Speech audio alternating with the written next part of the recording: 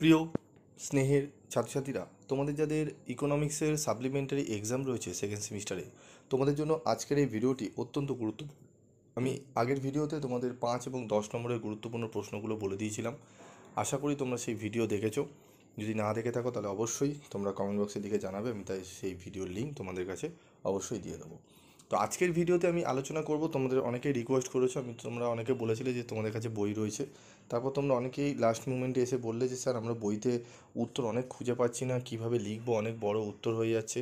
তো স্যার আপনি যদি একটু উত্তরগুলো করে দেন, বিশেষ করে 2 নম্বরের যে প্রশ্নগুলো রয়েছে, তাহলে খুবই উপকৃত হই।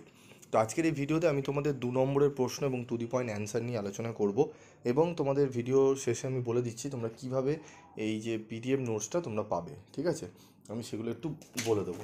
তো চলো আমি তোমাদের এক এক করে শুরু করছি, তোমরা একটু দেখে নাও যে কি কি প্রশ্ন রয়েছে। তো দেখো, প্রথম প্রশ্ন, স্থূল বা মোট জাতীয় উৎপাদনের সংজ্ঞা দাও। মোট জাতীয় উৎপাদন, গ্রস ন্যাশনাল প্রোডাক্ট, জিএনপি, হলো একটি দেশের নির্দিষ্ট সময়, সাধারণত এক বছরে উৎপাদিত সব চূড়ান্ত পণ্য ও সেবার মোট বাজার মূল্য, যার মধ্যে দেশের অভ্যন্তরীণ উৎপাদন ছাড়াও দেশের নাগরিকদের উৎপাদিত সম্পদ অন্তর্ভুক্ত থাকে। মজুদ ও প্রবাহের মধ্যে পার্থক্য লেখো। মজুদ হলো একটি নির্দিষ্ট সময় কোনো অর্থনৈতিক ভেরিয়েবলের পরিমাণ, উদাহরণস্বরূপ একটি নির্দিষ্ট সময় মোট সঞ্চয়ের পরিমাণ। প্রবাহ হলো কোনো নির্দিষ্ট সময়ে ঘটে যাওয়া অর্থনৈতিক ভ্যারিয়েবলের পরিবর্তন বা গতি, উদাহরণস্বরূপ এক বছরে উৎপাদন বা আয়।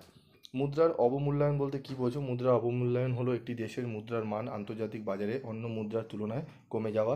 এর ফলে একটি দেশের পণ্য রপ্তানি তুলনামূলক সস্তা হয় এবং আমদানি ব্যয়বহুল হয়। লেনদেনের ব্যালেন্সের ভারসাম্যহীনতা দূরীকরণের দুটি পদ্ধতি: মুদ্রা নীতি, বাণিজ্য নীতি। তারপর দেখো, ব্যাংক হার কাকে বলে? ব্যাংক রেট হলো কেন্দ্রীয় ব্যাংকের দ্বারা নির্ধারিত সুদের হার, যার মাধ্যমে কেন্দ্রীয় ব্যাংক বাণিজ্যিক ব্যাংকগুলিকে ঋণ দেয়। ব্রড মানি কাকে বলে? বিস্তৃত অর্থ। বিস্তৃত অর্থ হলো অর্থের একটি সূচক, যা জনগণের হাতে থাকা নগদ অর্থ, চেকিং অ্যাকাউন্টের অর্থ এবং সঞ্চয় ও মেয়াদি আমানতগুলির মোট পরিমাণকে নির্দেশ করে। প্রান্তিক ভোগ প্রবণতার সংজ্ঞা। প্রান্তিক ভোগ প্রবণতা হলো প্রাপ্ত অতিরিক্ত আয়ের কত শতাংশ ব্যয় করা হবে তার একটি পরিমাপ। সুষম বাজেট গুণক কাকে বলে? সুষম বাজেট গুণক হলো জাতীয় আয়ে সেই পরিবর্তনের পরিমাণ যা সরকারি ব্যয় ও কর একই পরিমাণে পরিবর্তিত হলে ঘটে।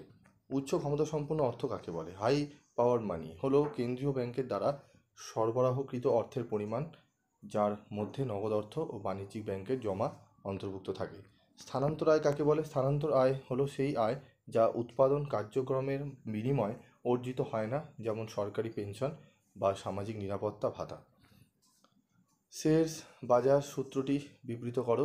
শেয়ার বাজার সূত্রটি অনুযায়ী সাপ্লাই নিজের চাহিদা তৈরি করে, যোগান নিজের চাহিদা তৈরি করে, অর্থাৎ উৎপাদন যতই বৃদ্ধি পাবে চাহিদাও ততই বৃদ্ধি পাবে। ঠিক আছে, সাপ্লাইটা হবে তোমাদের যোগান লিখতে পারো বাংলায়। ঠিক আছে, তারপর দেখো, সুযোগ ব্যয়ের সংজ্ঞা দাও। সুযোগ ব্যয় হলো একটি বিকল্প নির্বাচন করার সময় যে সর্বোচ্চ লাভজনক বিকল্প ত্যাগ করা হয় তার মূল্য।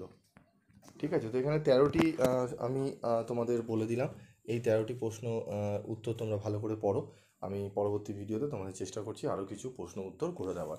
একদম শেষ মুহূর্তে এসে অনেকে তোমরা বলেছো, তোমরা যদি আগে থেকে আমাকে বলতে আমি অবশ্যই তোমাদের জন্য স্টাডি মেটেরিয়াল রেডি করে দিতাম। যেহেতু তোমরা বলেছো বই রয়েছে, তাই জন্য আমি বলেছিলাম আমি তোমাদের যে সাজেশন দিয়ে দিচ্ছি, তোমরা বই দেখে পড়ে নিও। তো অনেকেই পড়েছো, অনেকে এরকম উত্তর, অ্যাকচুয়ালি বই থাকলেই তো উত্তর খুব ভালোভাবে খোঁজা যায় না, এবং অন্যান্য চ্যানেলেও তোমরা দেখেছো যেহেতু সাবজেক্টটির ভিউ খুব কম হয়, তাই জন্য এই সাবজেক্টের কোনো নোটস, কোনো সাজেশন তোমরা কিন্তু পাও না। কিন্তু পিবি স্টাডি ক্লাস তোমাদের জানো, তোমাদের আগাগোড়াই তো তোমাদের দিয়ে থাকে বিভিন্ন যে সাবজেক্টে দেখবে খুব একটা ভিউ হয় না। আমার ভিউর জন্য তো ভিডিও করা হয় না, কারণ একটাই, যাতে তোমরা প্রত্যেকটা সাবজেক্টেরই যেন তোমরা পাস করতে পারো, এবং যতটা আমার আয়ত্তের মধ্যে থাকে আমি সেগুলো তোমাদেরকে প্রোভাইড করি। এবং কিছু কিছু সাবজেক্ট তো থাকে না, সেগুলো কম কোচিংয়ের টিচারও নেই, তো যার জন্য সেগুলো আমি না করে দিই এবং অন্যান্য জায়গায় দেখতে বলি। তো সেখানে দেখার পরেও তোমরা দেখো, বলো আমাকে যে স্যার অন্য জায়গায় কোনো জায়গায় পাচ্ছি না সেই সাবজেক্টে, আপনি একটু কিছু ব্যবস্থা করুন। তখন আমি কী করি, আমাদের বিভিন্ন স্যারের সঙ্গে যে যোগাযোগ করে আমি তোমাদের সাহায্য করার চেষ্টা করি।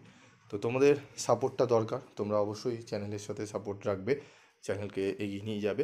আমিও চেষ্টা করব তোমাদের যতটা পারবো, আমাদের যে টিম রয়েছে আমরা যতটা পারবো তোমাদেরকে সাহায্য করব।